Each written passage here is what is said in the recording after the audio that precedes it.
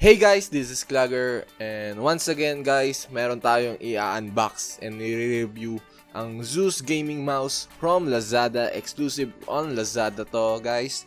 It's just 100 pesos lang. So, bale, ito yung model M110. So, tignan natin in the box. So, ayun lang, in the box guys. Ang mouse lang talaga. Walang mga papel-papel pang nalalaman. So, bale, ito yung mouse.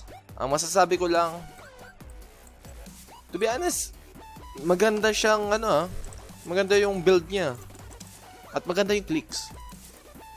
Marinig nyo. Talagang, parang A4 Tech lang na mouse. Masasabi ko. At maganda dito, may kulay siya. So, bale, tignan natin kung ano yung mga kulay niya. Yung mouse ay may tatlong click lang siya. Yung middle, yung left and right. Yun lang yung may click. Pwede may click. Yung scroll naman ay smooth naman siya. Yung rubber slip niya ay malipis lang. At yung sa gilid ay wala namang rubber. Kundi plastic lang yan.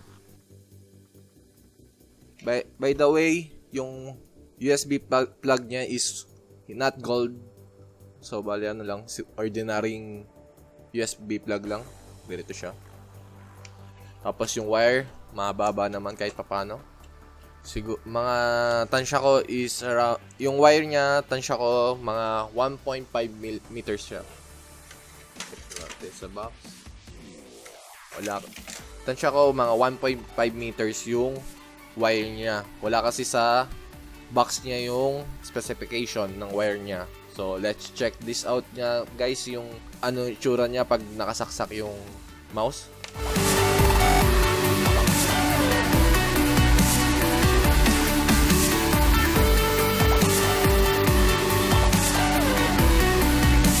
So, ayan na guys, nasaksak na natin yung mouse. So, napapansin nyo, umiikot-ikot lang yung kulay.